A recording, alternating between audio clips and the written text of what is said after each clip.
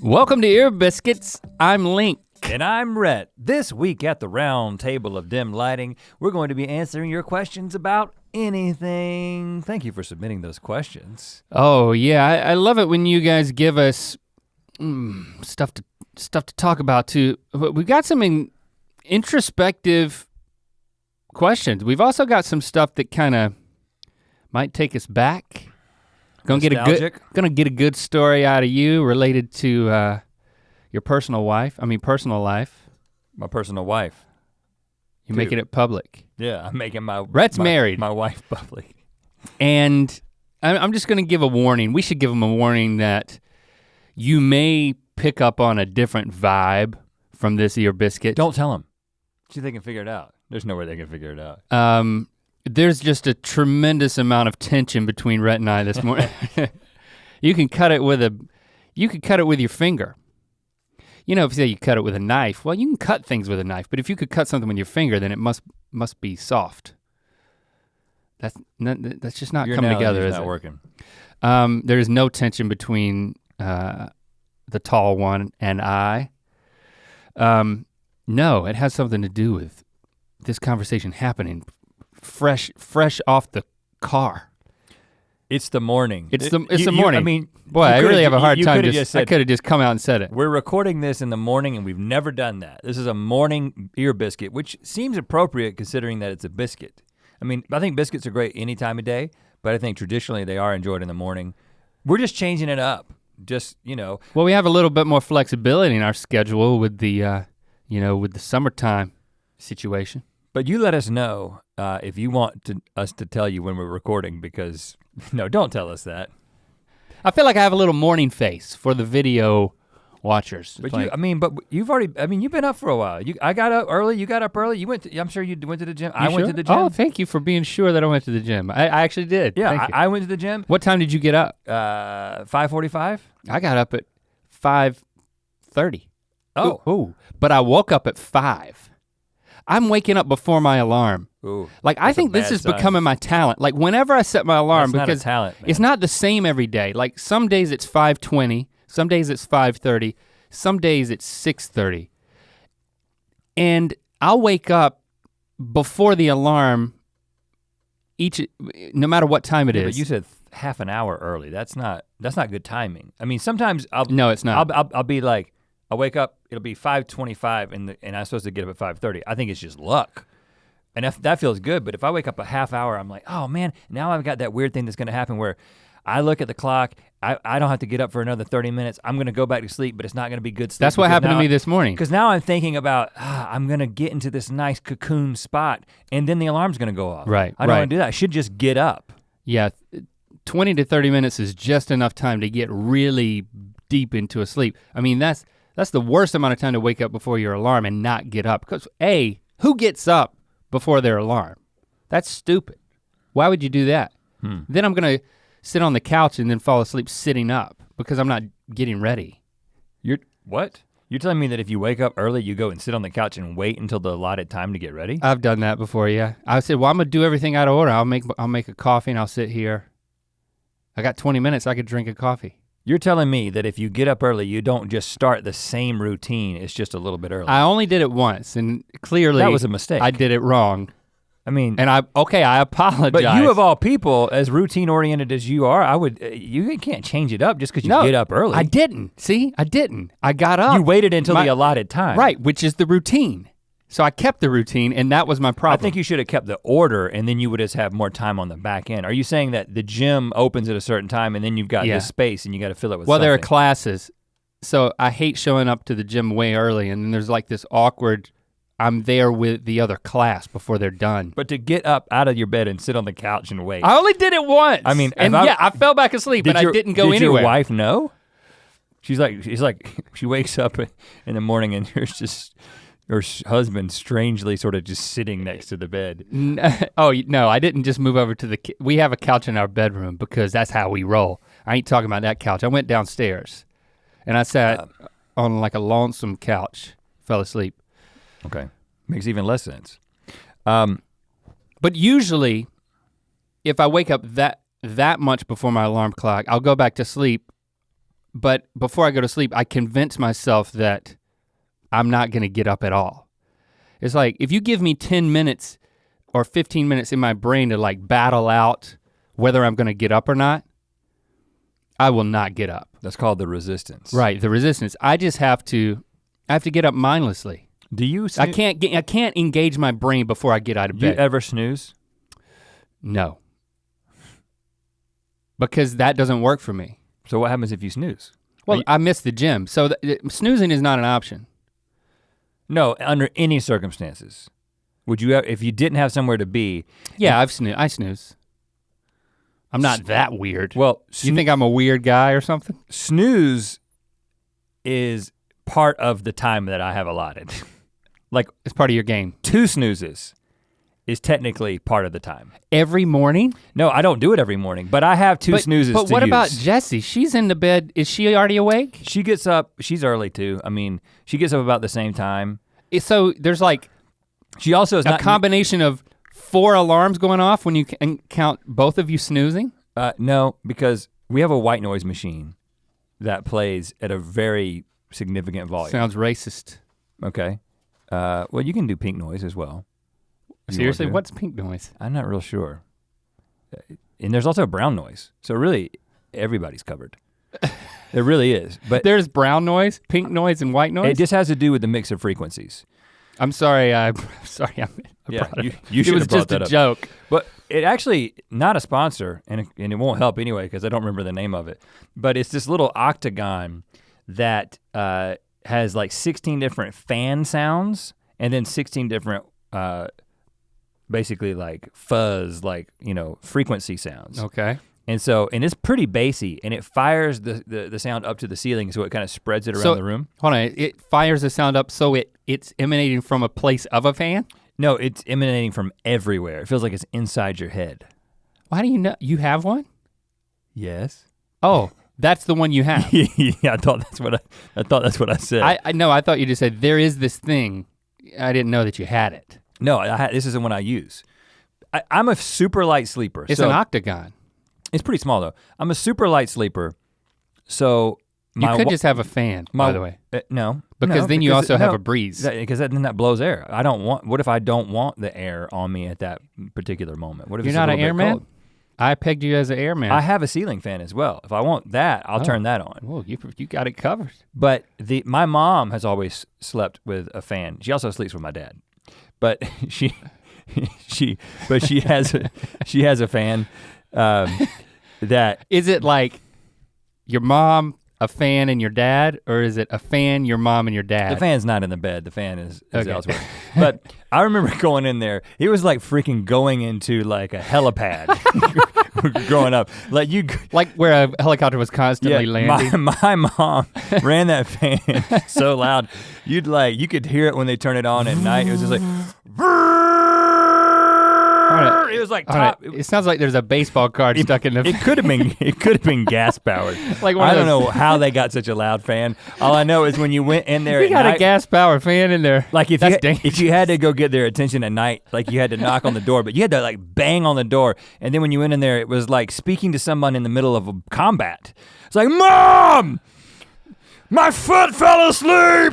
I'm sorry, but I got news for you, man. You need to just rerun this whole experience through your mind and realize that the fan was not to help them to sleep, but it was for something else. It was dual purpose. I do believe that it was to cover things that might be happening. But also my mom has always had a ringing in her ears. And so it was a way to, I guess they call that tinnitus. What do they call it? Tetanus. Yeah, she has a tetanus infection. Tinnitus. So she needed that to go to sleep. I need it because I'm such a light sleeper. Like I literally will wake up if like one of the children like just kind of rolls over in the next room and just makes a noise. They don't even have to yell for us. Even with the white noise machine on. A lot of times I'm like, Jesse, Shepard is yelling for you right now. Like she doesn't know. So she doesn't wake up when my phone goes off on my side of the bed. It's like, but any little thing that breaks me out of the white noise. In fact, the other night, did the power go off at your house? No. In the middle of the night? we live pretty close to each other, so I looked out and saw all the other houses were dark too, so. Anyway, when the white noise went off, I woke up. Like that's how sensitive I am. Oh, wow. So it's the absence of white noise that almost shocked me. There's gotta be an analogy there somewhere. Well, I'm great with those, so I'm sure I can come up with one. Yeah. But you use the white noise setting, not a simulated fan setting or like a helicopter like your mom. I've used it quite, You mix it up? I've done a lot of different things. And Jessie doesn't care. No, she likes it. She likes it. I mean, I think ultimately all people could benefit from white noise. I also think it's a little bit of a crutch. So if you don't right, need one, it's kind of like if you don't need so now when I travel, I have a white noise app. I'll demonstrate. You're gonna demonstrate it? Yeah. There it is. It's one of the ones that comes up because What's the app called? Not a sponsor. I don't know. This is stream water flowing. This is the best I can get on this app because it was free. So I listen to this all night if I'm traveling. I mean, I wouldn't call that flowing, I'd call that gushing. Yeah, it's all the way up, man. This is because you can go through some other things like Ooh, that makes me want to pee everywhere. I know, gosh. This is a cat purring. I hate that sound. Put it up to the mic. I want to kill that thing. It actually sounds like a cat purring in the foreground, but someone with a weed whacker in the background. Can you imagine the crazy person that needs this to sleep? Okay. Well, you're only saying that because of your love for cats. Crickets. That doesn't sound like crickets, it sounds like a ring wraith breathing.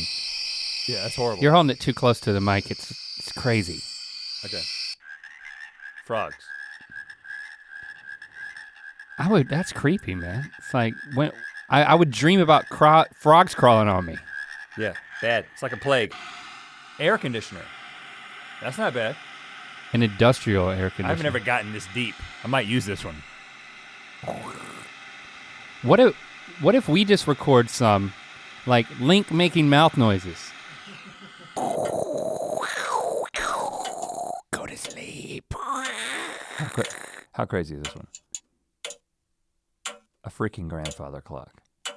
One time I tried to sleep at my Aunt Helen's house, Mama Nell's sister. Still alive, she's like 95 years old. Helen, yes. She had a grandfather clock and I was trying to sleep in the living room. I could not go to sleep. It's like a horror movie. Cause it's not a constant sound, it's just like that. Well, it's on a rhythm. It is a pendulum. I couldn't sleep. It drove me nuts. I was also in a recliner. Yeah, that's tough. Anyway, that's how I get things done. We're fresh out of that this morning. Yep. Having a morning biscuit. It's fresh out the oven.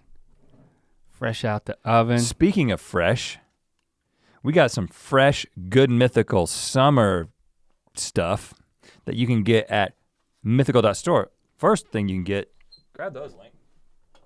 Oh yeah. Check this out. All type of good Mythical summer merch. You gotta protect your eyes with some sunglasses. Check out these, we're wearing them now. There's tortoiseshell. I got tortoiseshell. And then I got the black pair, and it's got the Mythical Randler on the right temple. It's got the Mythical insignia inside, and then it's got our signature. Our signature, we individually signed every pair of glasses. Actually, no, it's an embossed signature. It's an embossed signature. That's it's pretty cool. We sold these last summer. They were a huge hit. Get you some this summer. Sometimes when I'm driving, I'll wear my sunglasses over my normal glasses like this. You're gonna have to describe this because I have to talk through the towel. And then you can get the Good Mythical Summer towel. It's made of fabric that will It's made of fabric. Cotton, which will absorb dampness. It will also provide a beautiful sand barrier.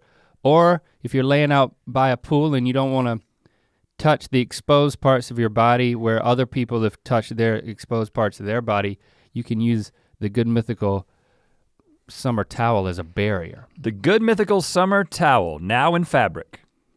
I look pretty cool though, right? Yeah, you look like a. Wouldn't you hang out with me? You look like a professional poker player. Semi-professional. That's something no one has done. It's wore a full-size beach towel as part of their get-up. I mean, those guys have done just about everything. You know, I'm the guy with the headphones who doesn't speak. But I'm gonna be the guy with the sunglasses and the full-size beach towel. Mythical.store, support entertainment. Get a little hot because of this fabric. Okay, let's get to some questions here from you. We posted a prompt on Facebook and Twitter, so make sure you're following us there if you want to get in on this. Rachel Deal. You want me to take my glasses off? No. Okay. I recognize your name, Rachel. If I were a splurgy type of person, I'd hire a maid once a month because chores suck. What is one thing that you would like to splurge on more often, and why don't you do it? Okay, I know there's something that I've started to splurge on, and then there's a whole other level of splurge that I am flirting with. You're flirting with the splurge? I've started splurging on more regular massages. I think many times over the course of conversations, I've brought this up because I never hesitate to big up a massage. And I think we talked about this on the show, but our schedules are on each other's calendar. And so when you have a massage scheduled, I see it on my calendar, and you schedule a lot of massages. And sometimes because I've got my Apple CarPlay situation, I get in my car and it thinks that I'm you wanting to go get a massage, and it begins navigating to your massage. Sooner or later, I'm gonna show up and get in line. No, you can watch. I would not care. Like, I don't care. If I'm getting a massage, anything else can be going on, it won't matter. But what if I'm the one getting the massage and you're watching? Well, that's not good. No, that's not good at all. That's what I'm talking about doing. I mean, you talked about going to gym. I try to get up with my alarm without snoozing and then going to the gym my goal is really 4 times a week. And I really don't feel good about myself if I only go twice. And it has nothing to do physically, it's just emotionally because I've set this standard. But it's mood enhancing. Oh, absolutely. It's totally mood enhancing. I mean, of course, everything is great about it except when I get injured and when I get really sore, but I basically get sore every week. I don't know, I guess that's a good sign is like if you continue to work out and you continue to if you stop getting sore, it means you're not working out hard enough. It's because the people at your gym have designed the workouts to continue to confuse your muscles. Muscle confusion is the name of the game, and they know it at that gym. I used to go to your gym until I got injured, so I don't do it anymore. Meaning your back got strained. But my muscles were confused in all the best ways. So what I'm saying is, yeah, you've noticed that your calendar has a lot of my massages on it because I put more as an incentive. I need them. Like my muscles get knotted up, and so I get very intense massages in order to be able to go to the gym the next week. But psychologically, I also consider it a reward. Like if you go to the gym your 4 times, if you meet your goal, then you've earned the right to get a massage and pay probably way too much money for a massage. And man, my pain tolerance has gone up so much because I just get the masseuse to go for it. But I digress. My splurge would be taking it to the next level because I'm already splurging. Like every other week, my goal being every week I want to get a massage. My goal being every week. But my splurge would be to hire a personal masseuse. Do you mean a person that's their only job is to massage you, or do you mean that they just come to the office or wherever you're at? Well, I thought that they would come to like the house and maybe give me a massage, give Christy a massage, even Lily, I think because of like her back. It's a 1-year anniversary of her back fusion, by the way, and she's doing fabulous. As of the recording of this, we're celebrating today, right now. She was in surgery 1 year ago. Did you have something special for breakfast? No. Oh. We had a special discussion about it. Like we commemorated it conversationally. I don't know what kind of breakfast you would have had. You made me feel a little guilty all of a sudden. Well, you made it sound like it was, I mean, it is a big deal, but I thought you were about to say. Right, but we didn't do anything. So there weren't cupcakes for breakfast. We had a spine cake for breakfast. But so splurging would be so I started thinking about that. But you gotta find the right person, somebody that's really good. And then beyond that, I've started to think, if I found that person and I hired them to like show up at where I'm at instead of me going to them, even a step further is just having that person on staff. Just literally someone following me around, just giving me a massage in increments throughout the day. Can't you over massage though? I mean, is there such a thing? Well, I'd love to have to experience that and be able to answer that firsthand. That's my goal. Your muscles become like veal. You know what? I'm too tenderized. Right. And I would become a tender person. That's what I want to do. I want to push the limits of human tenderization. But I do. It would be so ridiculous. I know it sounds ridiculous having somebody, because I am not the type of person. I don't like massaging people that I know or being massaged by people I know. I don't like that. I don't like this like, oh, I'm gonna go up behind somebody, like a friend of mine. Like I've never massaged your back. You know, there's some people who maybe for a video. They'll come up behind you and like massage your back. Yeah, I'm not into that. And especially nowadays, you gotta watch that. Can't be just going up and massaging people. Well, yeah, I don't feel like it's appropriate. But I mean, even back in like, I mean, it's gotta be with consent.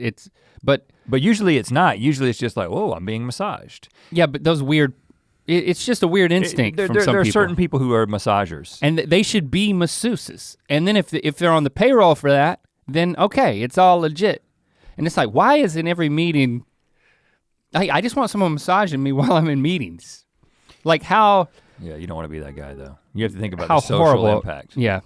Because that would be bad. If you become a tenderized person that is constantly being massaged, now you've created a social awkwardness with all your interactions. So you're right. These are things that gotta be done in secret. And I am it's not secret, but secret massages. In private. And I am suspicious of becoming too tender. So what's your splurge? First of all, I am a splurgy person. Yeah. You know, splurgy could be my middle name.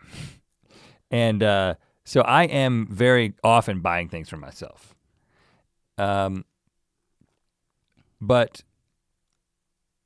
I think that the most, this is not a position that exists, but I would hire a hobby trier. Let me explain what this is. This is because sometimes I'm like, you know what? A hobby trier. Like I'd like to paint. You know, I'd like to paint. I wonder what painting is like. Well, I'd like to go home one day and a hobby trier would be there. He or she would say, welcome home. Today you're gonna try painting. I've got everything you need.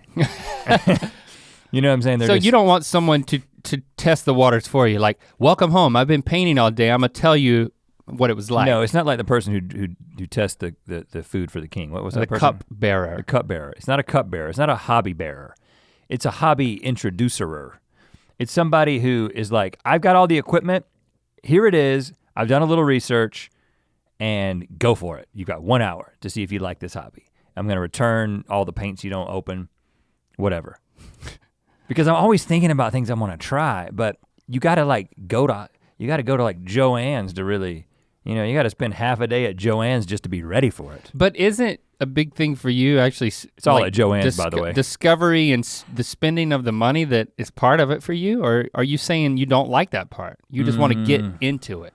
I don't mind the spending of the money. But I don't think that that's what I am. I get into things and then I buy the things that you need to accompany the experience. But a lot of times because I just kind of piecemeal it together, I need a hobby introducer. Somebody should invent that and be an awesome business card too. Anyway, I'd pay for that if that existed. Hobby introducer. That's not a good name. They're not an expert in anything.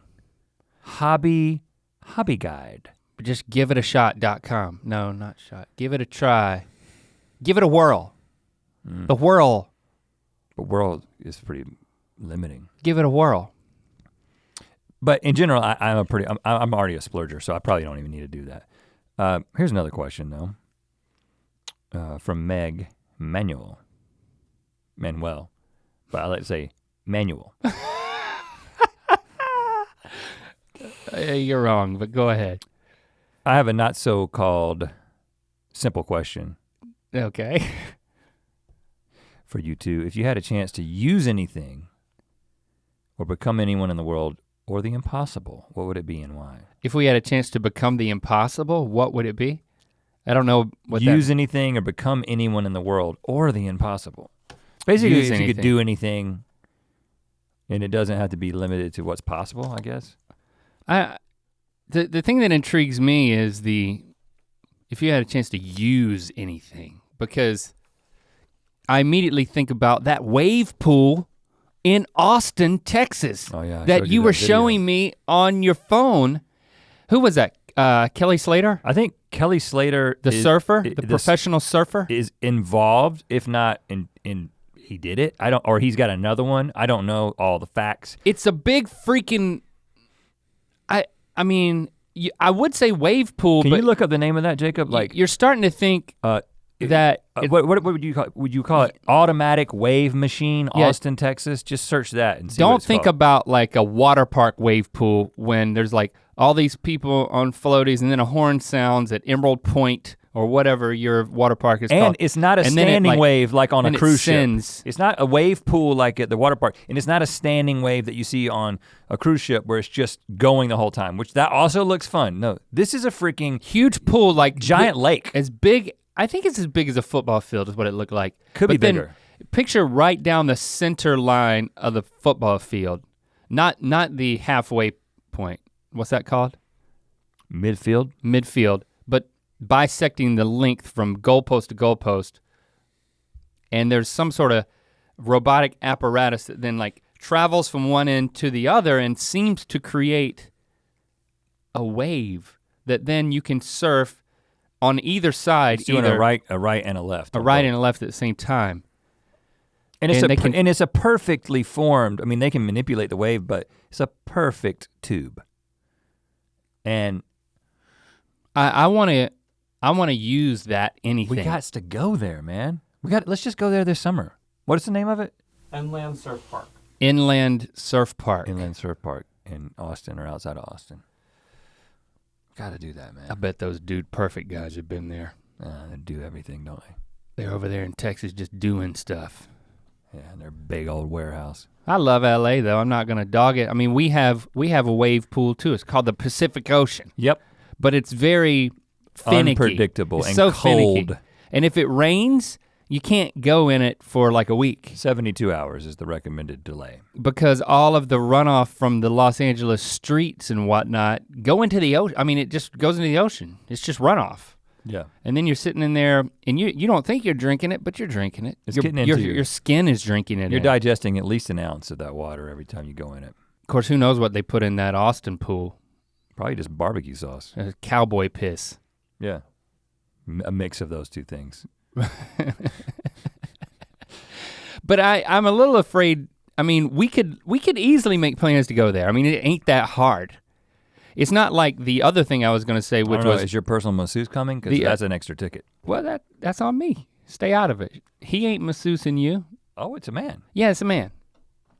Do you have an opinion? Are you a George Costanza situation here? Do you have an opinion about the? All I care about is skills.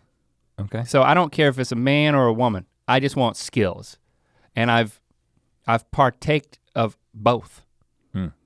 It doesn't matter to me. It's like a sports deep tissue massage thing. There's nothing weird about it, and I'm completely naked, but there's a sheet, and they know what to do with the sheet, and it's keep it on you. Hopefully, I'm no different than LeBron James. I work out, and then I go and I get pounded on. I could make a list of the differences. Well, when it comes to getting a sports massage, there's no difference. I mean, imagine how much longer it would take. Like I get a 90-minute massage, and I'm like, dang it, this is getting too short. I will not get a 60-minute anymore. Like I'm such a spoiled brat when it comes to massages. But if you're like, how big, think about how big LeBron James is. And there's bigger people than him. That's true. Imagine how long it would take to give them a proper sports massage. I mean, you're talking 4 hours. Because they have more muscles? Yeah. Like I'm got dinky muscles And it's I like— don't think that it increases the time. It absolutely has to. I don't think it's proportional to the muscle mass. Of course it is. I mean, and you think that LeBron James' deltoid is as big as my head. I guarantee you LeBron James does not get 4-hour massages. I could text him right now. I bet you he's got 3 people on him. I don't have his number. I have a fake LeBron James that I follow on Twitter. Just a fan account.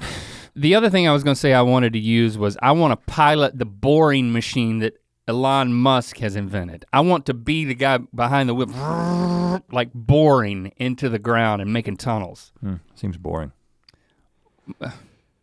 I don't want to do it professionally. I want to do it once. Let's do the wave machine. That's because that's a realistic goal, and it's in Texas, man. It's not like it's on the other side of the world. Right. Okay. Maybe they'll invite us there. We can make a video. Well, that was the whole point. I guess why I didn't want to say it. You know, yeah, like inland, and we mentioned them. Kelly. And then come on, Kelly. And then they're like, oh, we should invite Rhett and Link. Let us know. That was really the whole ploy. See what happens. Okay. Many people said that they wanted to hear my proposal story because we heard your proposal story, and we might have said. Right, even this one's from Tamara Jackson says that we got links in a Good Mythical More. So oh, that's where it was. You can track down the Good Mythical More where I give my proposal story, which has it has more than its share of uncalculated mishaps, user errors, left turns, user errors, and hijinks. But ended in a good way. It still took, in spite of everything I did, to contribute to engagement. Okay, I'm gonna do this quickly because there's pieces to it. The very first time we ever really got to know each other was while sitting on a bench at Macaroni Grill in Cary, North Carolina, waiting for Jessie to meet a locksmith because she had locked her keys in her car the night before. And not with you. She was not with me the night before. In fact, I had only talked to her one time.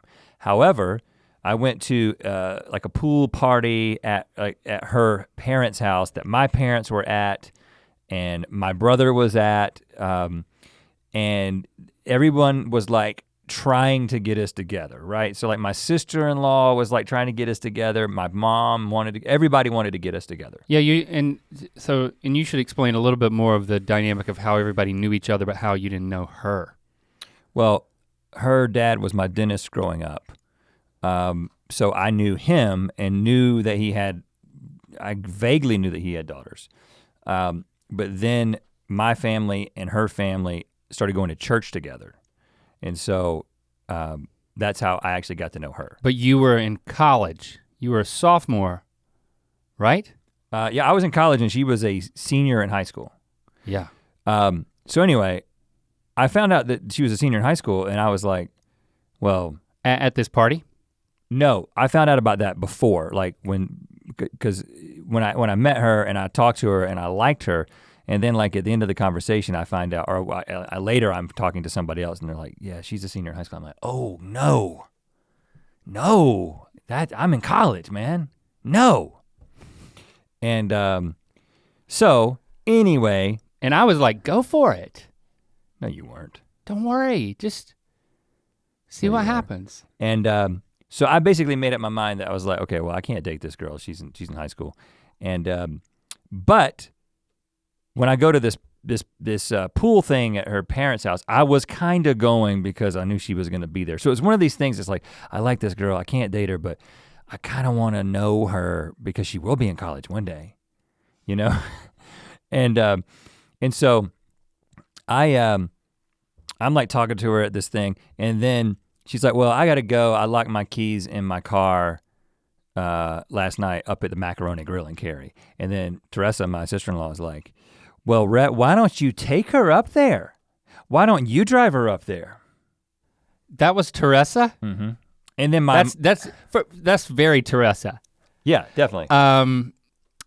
But the keys thing is very Jesse. It's like, I love the fact that like. Yeah, we have a personal locksmith. We don't have a personal masseuse in my house. We have a personal locksmith. We have like 2 locksmiths on speed dial. Okay, yeah. You know. And so this is what you're saying is this is the beginning of your relationship. And I just think it's so poetic that this is how it began. So we drive up there from Fuquay to Cary, 25-minute car ride. And, we're obviously connecting. Like we're having a great conversation and I'm like, I've got this like sinking feeling. Cause I'm like, oh no, I like her so much. This is not good, she's in high school. And so then we have this, then the locksmith doesn't show up for like 3 hours. What? We sit on this bench at Macaroni Grill. This is before cell phones, so you couldn't call the guy.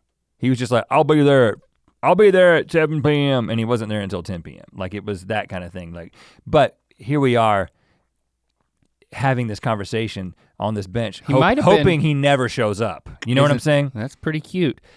I think he was in the bushes watching you guys make a love connection.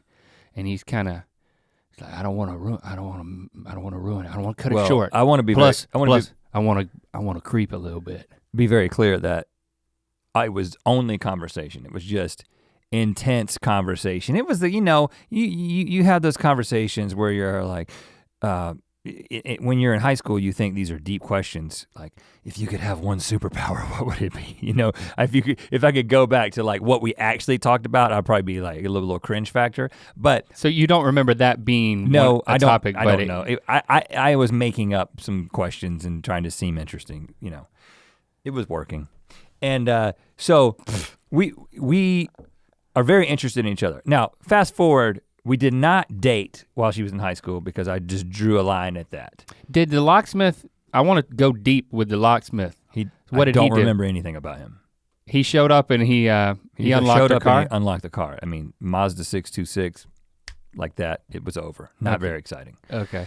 I say that to let you know that the bench in front of the Macaroni Grill at Cary was a very significant location in our relationship. We did not start dating officially until she became a freshman in college the next year. Now, but things move very quickly, ridiculously quickly after that, because she went away she came to Los Angeles for the summer between her freshman and sophomore year in college. You're gonna think I'm a nut, and I was, because I would never advise anyone doing this, but thank God it worked out for us. So she was gonna be a sophomore in college. And I was graduating. I was graduating college. Yeah. And so I was like, I'm gonna ask this girl to marry me. I don't care if she's still in college. I don't care if she just finished her freshman year in college. I love her and I wanna spend the rest of my life with her. And I was married. It's working fine for me. You had just gotten married. Yeah. Yeah. So I was like, well, I gotta be married too. Thanks, Mary. No. Yeah. So I married a girl who graduated the same time as me. And Greg, our other roommate, got married in the middle of the year. So I was like, well, we all gotta get married in the same calendar year. I got married in May, he got married in December, and then you were like, the next June. So, but here's the proposal. I don't wanna drag this out. There's other questions to get to. But I was like, drag it out, man. I needed to get a ring. So my ring story is a little different than yours. I knew that I should probably have a ring when I asked her. So. Well, that's your opinion. And so I was thinking about saving up I didn't have any money. So I was like, how am I gonna find a ring? And I'm talking to her grandmother, Gaga, who we talk about in the book of Mythicality, about how I'm trying to figure out what to do about a ring. I'm telling her whole family. Went out and took her dad out to dinner and asked for his permission. Yes, this is a very traditional Southern situation where that kind of thing was done. Did he inspect your teeth? No, he didn't. He already knew I had good teeth because he was my dentist. And that conversation went well. Everyone knew that I was going to ask her to marry me when she got back, and everyone was okay with it. No one was like, you guys, shouldn't she be older? No one said that. I don't know if I would have listened, but no one even said that. So it's interesting that she was away for the summer, which is exactly the scenario. Christy was away for the summer, and then when she came back, right. I popped the question. Right. So, but as I'm telling Gaga this, you were basically following my lead, emulating me a year later to a T, except you learned from my mistakes. Exactly. So you're not saying that you wouldn't, if I hadn't done it, you probably would have made all my mistakes. Correct. So I'm talking to Gaga, and then she's like, oh, you need a ring? Hold on a second. And she goes into a closet and pulls out a freaking plastic bag of a bunch of knickknacks. And she's like reaching down there and she's like, oh, this is my mama's diamond ring. And she hands me over this giant diamond, carat and a half. Whoa. I'm like, what? I was gonna get like a third of a carat. I was gonna get and I was gonna be pushing it. And it was like all covered up in some weird fitting. It was like an old setting. And so I was like, okay, I'm gonna pay the $250 to get this thing reset. And I've got this awesome diamond ring. So I'm ready, right? And I didn't have to pay for the diamond. It's an heirloom. Her great grandmother's name was Jessie. So Jessie was getting Jessie's ring. Everything was falling into place.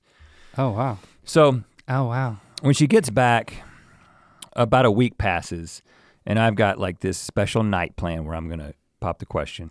And so what I ended up doing is I was like, I wanna take her to a series of locations that have been special in our relationship, and I'm going to blindfold her in between the locations, and then I will walk her out to these places and then take the blindfold off and be like, oh, and now we're here, and do you remember the things that happened here? Pretty kinky. Yeah, blindfolds didn't have quite the same, this is before 50 Shades of Grey, we weren't familiar with that. I'm still not, for the record. It was just to keep someone in, not knowing where they're at. So I'm trying to remember all the places I took her, but I took her, if you follow were you driving her around and she had a blindfold on? No, I was on a horse. Well, of course I was driving her around. I just mean you get kind of nauseous with a blindfold on. She doesn't. Good. So you escaped another this isn't ravine. This isn't like you in the Book of Mythicality when your Right. mom was taking you to the birthday party. No, she was not getting nauseous. She was enjoying the conversation and the anticipation. But as I was trying to give myself a shout out on Instagram, Rhett MC, if you follow me there, you know that I posted a picture of the carving of our names in a tree on NC State's campus. Which at that point, the carving had only been in the tree for about a year. So one of the stops was taking her to that tree on NC State's campus and talking about the memories that we had there. One was taking her to, I think it was a lake near NC State, like Lake Johnson or something. I can't remember what it was. Sounds right. But we had like a special date out there. Anyway, I can't remember all the places I took her, but I knew that the final stop was going to be the bench in front of the macaroni grill in Cary. Oh yeah. And the plan was call the locksmith. When she takes off the blindfold, I am on one knee with this giant diamond ring that I didn't pay for. Kiko, you're gonna have that bam, you're gonna have to. No, that's good. You need more bams. And you have to warn them about that. Needless to say. Okay, so yes, so you sat her on the bench. She's blindfolded. She's like, keep the blindfold on, just sit down right here. She's starting to think, okay, this feels like a bench. Okay, she's starting to guess where she is. She smells the macaroni. Yeah, the garlic I don't bread. even think they have macaroni, but she smells what they grill there. Grilled macaroni. And then, so like you're timing it to be like, okay, now remove the blindfold. Okay, how did it go? Well, I didn't say it in a magician's voice. I didn't do that. So you got her on the bench. I got her on the bench and then I said, okay, remove the blindfold. And when she did, I was down on one knee with the ring and I said something incredibly sweet that I don't remember that ended with, will you marry me? And when did something go wrong? It didn't. She started crying. Dang it. And then she hugged me and she did not immediately say yes because she was, smarter than you. She was 19 years old, man. She was a freaking teenager. She shouldn't have said yes. It was wrong, but it worked out again. And what? Hold on, she didn't say yes? No, she did. It wasn't like yes. It wasn't one of those situations where you know that this is coming and you're both in a place in life where it's just inevitable that you're gonna ask the question. She was surprised. There was no leak from her grandma with the ring or her family from permission? It wasn't one of these things where like you go pick out the ring together. Yeah, I know that. It was a surprise. So, but she still could have heard. She hadn't heard. I think that she understood that's what I wanted, but it wasn't a very clear thing that it wasn't a super surprise, like, what, I've never even thought about this, but it was like, I did not know this was happening now. But then she started nodding and I was like, is that a yes? And she was like, yes. And But even after that. Did you go in at that point, or did the locksmith show up at that point? Oh, we didn't eat at the macaroni grill. I just used the bench. Oh, wow. Yeah, I didn't even tip anybody. Did the locksmith show up? Was he a part of this? I didn't have his contact info. That would have been cool, man. If the locksmith shows up. And he's there. Slow clapping. He's got the, you can find ways to improve on my story, but. Well, I'm not saying that. Well, the only way that I would actually improve, it's such a sweet story. Nothing went wrong. I was looking for a left turn or some sort of foible. The only thing I would change is it was super sweet, very cute, except because you're wearing those sunglasses, when you tell the whole thing, you seem like a complete douchebag. I asked you if you wanted me to keep these on. I know, it's like, yes. It's totally undermining the vibe for those watching the video. Because what's gonna happen. But the audio, again, this is made ultimately for audio and no one's gonna be thrown off. What's gonna happen is here at Mythical, we cut down these things. So there's gonna be just an isolated story of me telling and they're gonna be like, what is Rhett doing now? Wait, why is he wearing is he doing a sunglass thing now? I think all the comments are gonna be about how you're crying under there. About how Rhett must be hiding something. Oh, they got in a fight. No, He's got a black eye. I think it's that the story should be that you're hiding your emotions, man. Well, here's the thing. I'm gonna wear these sunglasses in life from now on in everything we do, just to upset you. Not you, but you. No one's upset. No, some people are. Nobody's upset. And I like upsetting people. It's my hobby. It's one of my main hobbies. It's not, let's go with another question. You and Jesse are still together. Yeah, we are, many years later. Hanging by a thread, but you're doing it. No.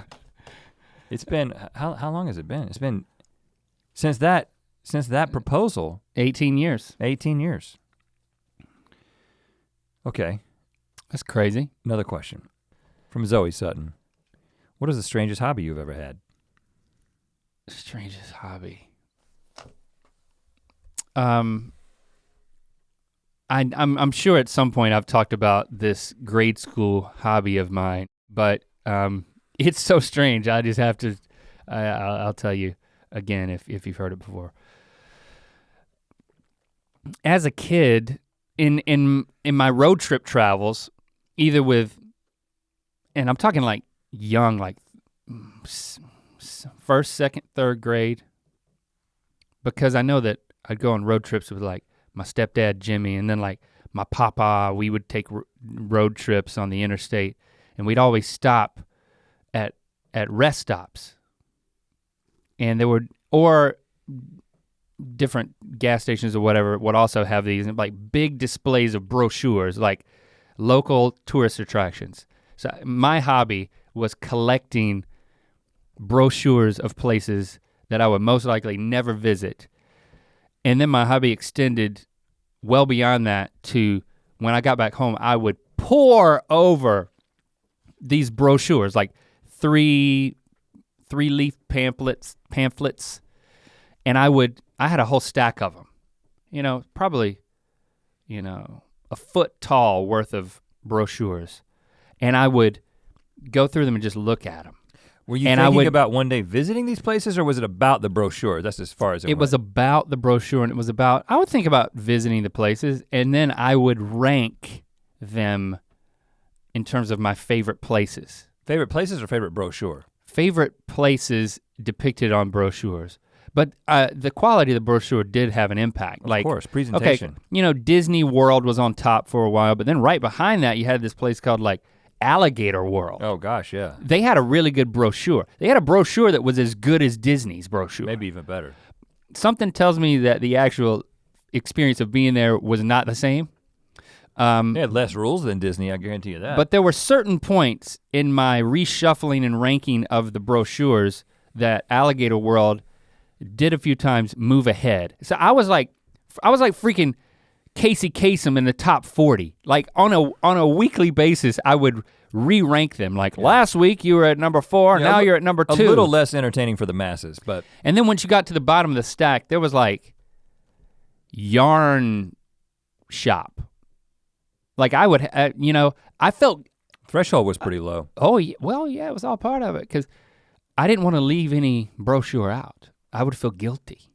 So what'd you do when you went to those things that had like 60 of them? You got one of every? I wouldn't get ones that were like like steakhouse. Like there were steakhouse brochures. I would leave those. I'd leave those for the retirees. Did they have to be folding? Because a lot of the ones now are just one panel. Yeah, they would. I would never pick up a one panel. It would be like a bifold or a trifold or more. More? Oh, some of them were more. How many's Alligator World? I believe that was the trifold. Yeah. Disney World was big gator. Disney World had a lot. I mean, there were, like I had 5 or 6 different Disney World brochures because they had some for the resort. You still have these? No. You burn them? I can't think that I ever would have burned them. I just don't. I probably put them in a box at some point, and then the box was probably thrown away when Mom moved out of the house. Is this why your mom used a brochure to talk to you about sex? Because she knew your affinity? I was really into it. Did you put that one above Alligator World? It was not in that stack. Son, I'm gonna give you this Alligator World brochure and teach you about sex. See these 2 gators? Let me tell you what's actually happening right now. That's my weirdest hobby, I think. I've had a bunch of hobbies. We actually did a whole episode about my layers that I call them. Some people call them phases. I don't know, my weirdest one was probably bonsai. It didn't last very long. It's not a weird hobby. I mean, it's eccentric. It might be a little unexpected. Well, it is wood. You like wood? But I killed the tree and the hobby ended. And this is a pricey tree. Like Jessie got this for like a birthday present. Like she showed it to me before. Yeah. We got it. I was like, it was like almost. I was like, oh, this is. It's almost 20 years old. I was like, Jessie, this thing looks expensive. It actually wasn't that pricey. It's kind of big, and then I was like, this type of thing requires like steadfast commitment for like ever. And I kind of left it at that. That's actually debatable. It requires. Well, I could be wrong, but that's what I thought. It requires the right conditions. And so if you live in a place that doesn't have the right conditions, or you've got it in a place that it isn't in the right conditions, then the amount of care increases. And I just didn't really understand where it should be. And I had a book, but it didn't tell me about. You put it, so what did you do wrong? You put it outside or in the direct sunlight? It's supposed to be outside. A lot of them were supposed to be outside, and I believe the one, but I put it outside, but it was kind of like it wasn't in full sunlight. I think maybe it should have been in full sunlight. I don't know. The fact that I'm ignorant about it is the reason that I have a dead tree. Do you still have it? No. You put it in the green. I buried it. I did a whole funeral service for it. No, you put it in the landscape bin. Yeah, I did. I just didn't want to say that because it seems so disrespectful. Boom. Seems just like landed throwing a friend in the trash. Or did you keep the pot that was in to recycle, to use that? Probably. Wear it as a helmet every once in a while. But the thing that I'm thinking about getting into, Tai Chi. What is that? That's where the people are doing like the slow dances by themselves in the park, and it's like, don't talk to that person. yeah, I want to be the don't talk to that guy. No, but it's like karate motions in slow motion. It looks like you're surfing on a yoga mat or a blanket or just grass. It's supposed to be really good for like stress relief and balance, and a lot of people who are already like into like yoga and Pilates like will kind of naturally move into it. I've had a couple people recommend it to me, but easily confused with chai tea, by the way. Well, totally different thing. You cannot drink chai tea while doing Tai Chi, because then it's just basically like nothing is happening because they cancel each other out. I've seen it happen. I've seen a person completely disappear off of the face of the earth trying to put those two things together. It's like sine and cosine. They just like get sucked into a black hole of chi. Mm-hmm. That's not true. But I've been thinking about that. So if anybody has any recommendations, any sources, or anything I should be worried about. The discipline of like moving that slowly. I mean, I could see how that would be very centering, but it requires a lot of concentration to not do anything too quickly, because you kind of want to get through it. So, well, go through the motions, so to speak. And I think you can like conjure up energy balls and like throw them at things. Hadouken! That's not true as well. Didi Hagareta says, brainstorm. How would you get a draft to the top of a 40+ story skyscraper? P.S. Not that you should. Is this a team building exercise assignment? I mean, we got engineering degrees. Every once in a while, I like to use them. I have an immediate plan that comes to mind for me. Well, they're dangerous, first of all. I mean, I recently read about the cinematographer who went on the wildlife preserve filming giraffes, and the giraffe swung his head around, hit him, and killed him. I don't think that they are head-butted him. I don't think that's a typical experience though. Well, they said that he wasn't following the rules. That's what the police said, that the giraffe would not be punished, and he wasn't. For swinging his, I mean, that's a lot of momentum. There's a restaurant in Africa. Swing that head at the end of that neck around. There's a restaurant in Africa where the giraffes will stick their heads in the windows while you're eating.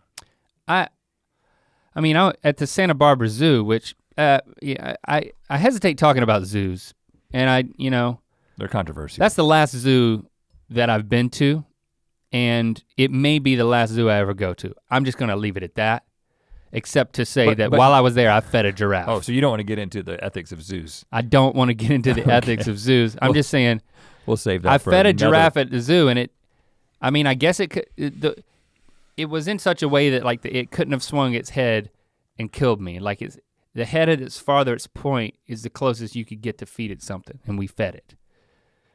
I think that's the last experience I will have at a zoo. I bet you I can get you back into a zoo. now that you presented me with a challenge. You're young, man. Lots of zoo time. Lots of zoo time left.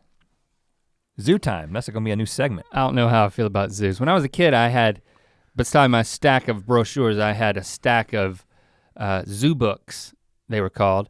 Misnomer because they were magazines. They were magazines and they were called zoo books. And each month I would get one and it would have a different animal on the cover, tastefully shot, tastefully photographed. Yeah, let's clarify. And I didn't keep the brochures, but I kept all my zoo books and I still have them. And Lando looks through them because I don't take him to the zoo. I just take him to the zoo books. Does he order them in animal preference? None of my kids are as neurotic as I am. I encourage them in away from like what the hole that I dug and the well that I was in the bottom of.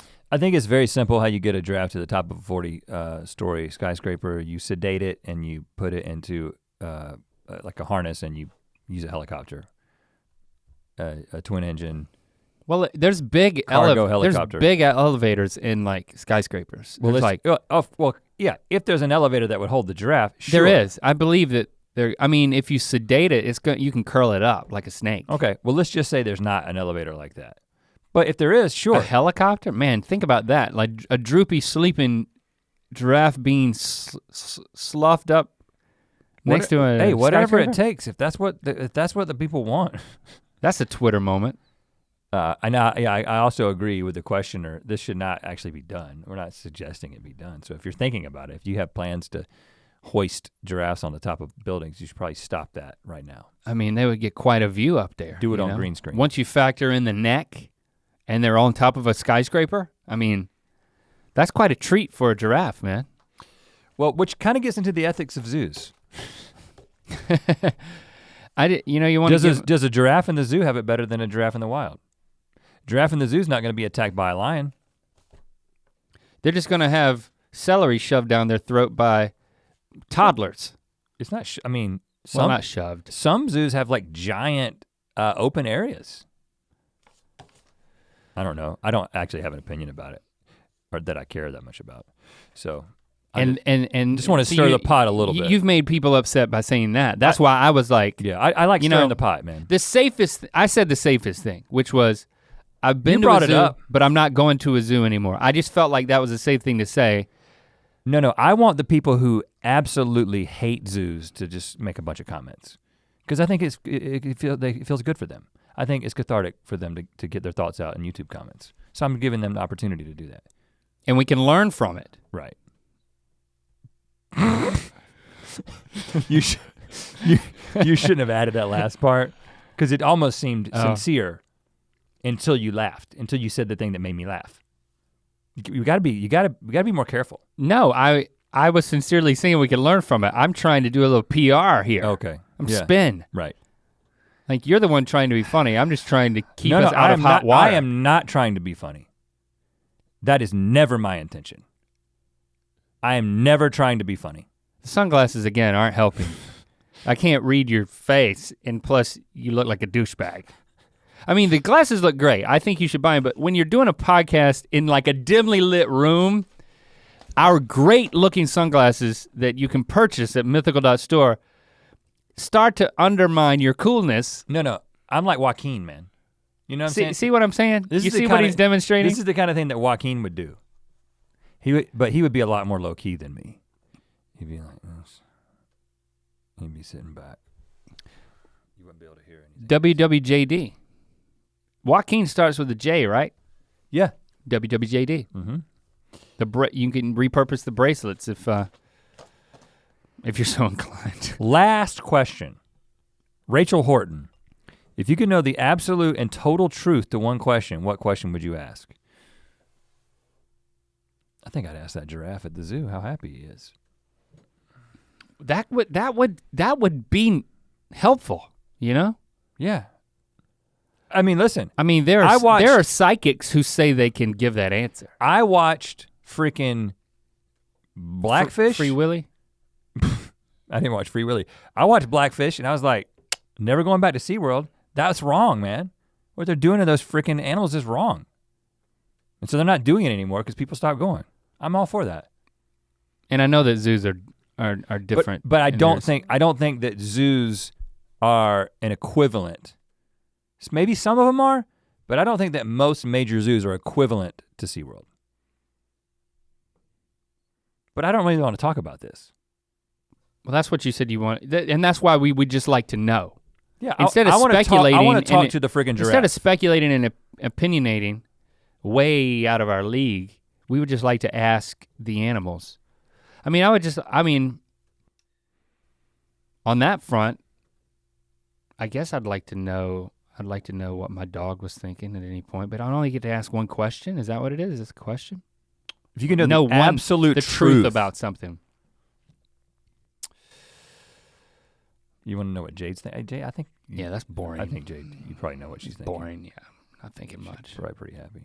Right. Honestly, I think that the question that I would really like to know is I would like to know the comprehensive, definitive truth about aliens. Yes. So I would like to be able, do aliens exist and describe them in detail to me? I want the complete truth about aliens. Yes, so to be able to be like, well, actually, you're the only people in the entire universe, which would be mind-blowing, or there's actually millions of other civilizations, and let me describe them to you in this volume, this encyclopedia of alien information. Like, that's what I wanna know. It would be nice to know, but think about how disappointing it would be if the answer, the complete and utter truth, was the first option. That there are no other life forms in existence off of our planet. You know, boy, that'd be pretty disappointing, wouldn't it? Because I don't know if it would be disappointing. If the answer was the truth is there is alien life. You're like, yes, tell me more. As opposed to, oh, there's nothing. Oh, seriously? It would be disappointing. I almost feel like I didn't want to know. It'd be disappointing in terms of like the personal entertainment factor. Not entertainment, but fascination. Fascination factor, but it would be sobering. And I think it would probably make me think differently about lots of things. Really? Because I already think that what we have on this earth is incredibly precious. You know, I think that the fragile